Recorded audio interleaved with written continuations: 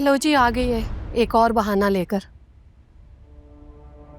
अरे अभी वो आई है, उसको बैठने तो दो। आओ बेटा बैठो। हाँ हाँ, आराम से बैठो, लड़ लड़ कर थक गई होंगी।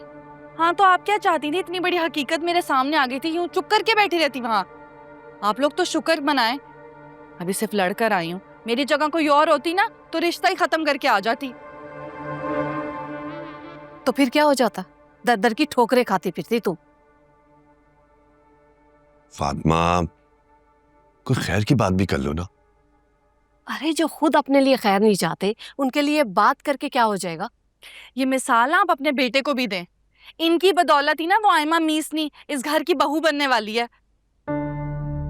मंगनी तक करवा ली, लेकिन मुंह से भाप तक नहीं निकाली कि वलीद की सौतेली बहन है। जब वो एक दूसरे में फर्क नहीं समझते तो वो ऐसी बात क्यों करते हैं? तुझे बेटा, तैमूर बिल्कुल ठीक कह रहा है। जब बहन भाइयों की रगों में एक ही बाप का खून होता है तो रिश्ता सगा ही होता है। अच्छा चलें, आप कहते हैं तो छोड़ ही देती हूँ इस बात को, लेकिन आपको एक बात बता दूं बाबा, वलीद के खानदान वाले ना आयमा की माँ को वलीद की माँ का कातिल समझते हैं। अब ये क्या नया शोशा है? शोशा नहीं है, एक राज की बात है। इनकी मंगनी वाले दिन ही आयमा की बड़ी पुफी ने सब बताया था मुझे कि वलीद की माँ की हालत खराब थी तो एक नौकरानी ले आए। नौकरानी लेकर आए तो चंद ही दिनों में वलीद की माँ और बीमार हो गई और मर गई। तो तब से वलीद के बाप ने उस औरत से शादी कर ली और अब तो पूरे घर पे फिर वो काबिज हो गई थी। ये सब मनगढ़ंत और झूठी अफवाहें हैं।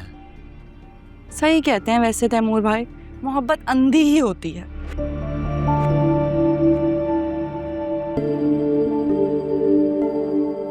वैसे एक बात है अम्मी बाबा, एक बार सोच लें, बाज रहे आयमा को इस घर की बहू बनाने से।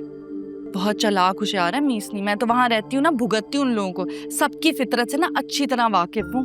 अरे बेटा, और मैं तुम्हारी फितरत को जानता हूँ, इसलिए तुम अपने काम से काम रखो तो बेहतर है। हाँ, आज तो हमने तुम्हारी बातें सुन ली, आइंदा नहीं सुनेंगे, समझ आई ना? तुम अब अपने घर जाओ, शाम होने वाली। क्यों जाऊं मैं तो नहीं जाऊंगी। लड़कर आई हूँ वहां से, और वैसे भी मेरे बाप का घर है, मुझे यहाँ से कोई भी नहीं निकाल सकता। जा रही हूँ अपने कमरे में।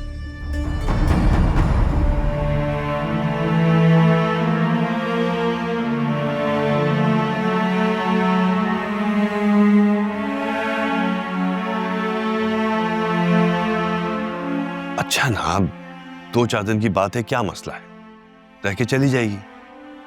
चलो।